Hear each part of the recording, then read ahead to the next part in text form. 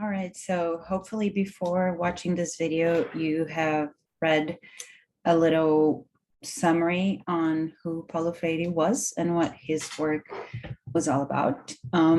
Traditionally in this course, we used to read an article by Paulo Freire called The Importance of the Act of Reading, which is an article that I personally like a lot, but it is kind of challenging to read.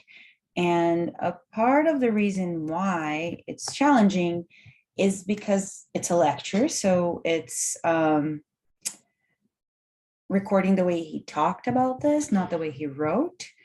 And it was given in Portuguese. And sometimes the way we organize our thoughts in Portuguese is very different from the way people usually do in English. So in the past, a lot of CBLL students actually had a bit of a hard time understanding what he was trying to get at. So Paulo Freire is actually a huge deal in education. I know most of you are not in education, so you probably haven't heard about him. In Brazil, he's actually kind of a contentious figure because he is sort of the father of progressive critical education. And nowadays in Brazil, because of this more conservative backlash, some people are actually protesting Paulo Freire. So it's kind of an interesting person to learn about if you're interested in politics as well. But here we're not going to focus on that. We're just going to focus on some of his ideas that help us think about adult education. So Paulo Freire starts thinking about some things that are relevant to us when he worked with adult literacy. So he was teaching adults to read and write. A lot of them were agricultural workers living in small places in the countryside. And the way adults and children too were taught how to read back then was with little booklets like this one. So I know you don't speak Portuguese, but you can tell that this is just a sequence of syllables, right? And people are just being taught how to sound out two different letters. And then, I mean, he probably didn't think that was a good idea for children either, but he was especially concerned with adults, right? So this is people who come into the classroom with a lot of life experience, who've done a lot of things, who know a lot of things. They obviously know how to communicate. They know language. They just don't know how to write and read, right? And we are just making them repeat meaningless sounds. So in this context is where he kind of starts thinking about different ways to do adult literacy. And then this part of that article I was telling you guys about is very interesting. So reading is not exhausted merely by decoding the written word or written language, but rather anticipated by and extending into knowledge of the world. So basically, reading is not just decoding those syllables, but it's also thinking about the things we already know about the world and transforming it into a new way to symbolize reality, a new way to represent reality. Reading the world precedes reading the word. And the subsequent, sorry, I don't know how to pronounce that word. The subsequent reading of the word cannot dispense with continually reading the world. So he was a Marxist. So for those of you who already studied Marxism, you know that there's this whole idea about a dialectical way of thinking, right? So basically he's saying, we know things about the world, even as kids, when we go to learn how to read and write, we already know things about the world, right? We're seeing a tree, we are seeing birds. We know how to say bird, we know how to say tree. We know that the sound bird represents the tree. All we need to learn is that writing down B-I-R-D also represents that, right? So it's like this sort of third order symbolism. So anyways, as kids, we just need to make these connections, right? And as adults as well, right? So basically he's saying the knowledge we gain about the word, about reading and writing, is fed by our knowledge of the reality of the world, and then it feeds into our interaction with the world. So like, for example, I learned how to read and write, and then I can read the newspaper and inform myself more about what's happening around me. And maybe I'll get more politically involved. And then I'll learn to write really well, and maybe I'll publish something expressing my opinion in a newspaper.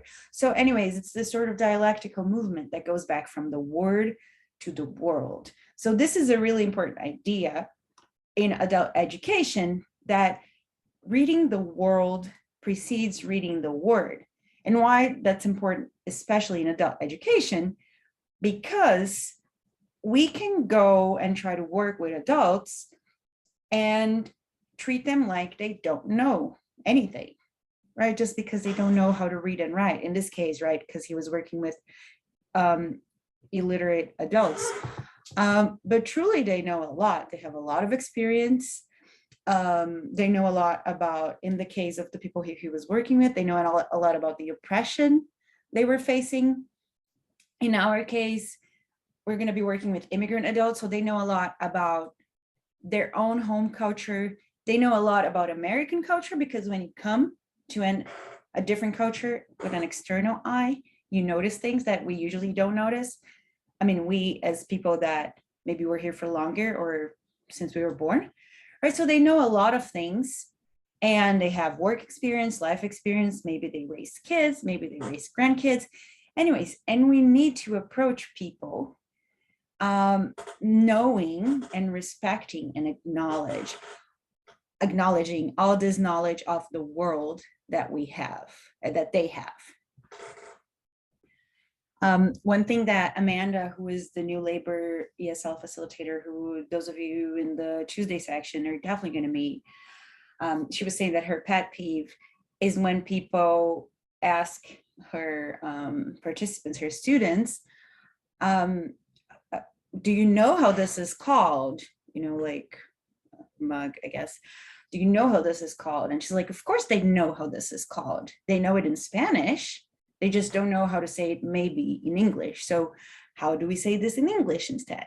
Right. So, I mean, this is a particular thing about Amanda, but I think it's an interesting sort of lens, right? So people know how to communicate. A lot of these people that we're going to work with maybe have advanced degrees in their languages, right? So they are maybe in the process of translating their skills. Some people maybe were teachers back in their home country, but then here they don't have the certification, so they are working in service jobs, right? So we basically want to approach everyone in life, but specifically these adults that are learning, practicing their English. We want to approach them as people that have a lot of experience and life history, and what we are going to call in this course funds of knowledge. And actually next week, we're going to read a little more about the concept of funds of knowledge. But we want to approach people as people that can teach us a lot, right? And that's actually a very interesting way to approach anyone in life, I would say. But particularly for the job we're going to be doing here, it's very important. And I think Paulo Freire helps us think about that.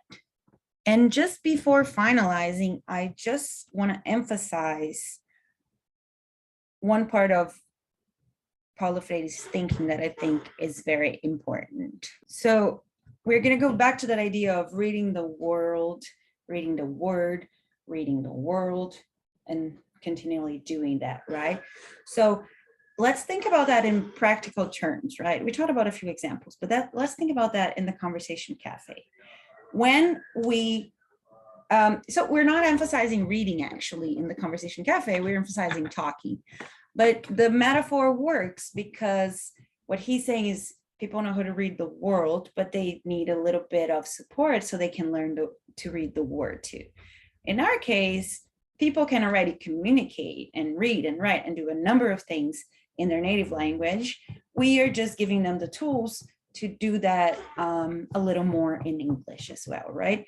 So the first thing that we want to think about in this sort of metaphor of world word is that when we give people words or topics to talk about, questions, prompts, things we tell people, we want them to be relevant to their real life, to their world. I hate pronouncing that word, but we want the words, as in this metaphor, that we give people to be relevant to their lived reality. And then we want them also to empower them, to give them tools to deal with their reality in a better way, perhaps, right? So maybe people tell you, I have a hard time every time I go to the bank. And what's hard for me particularly is talking to the clerk. Is that how we call that?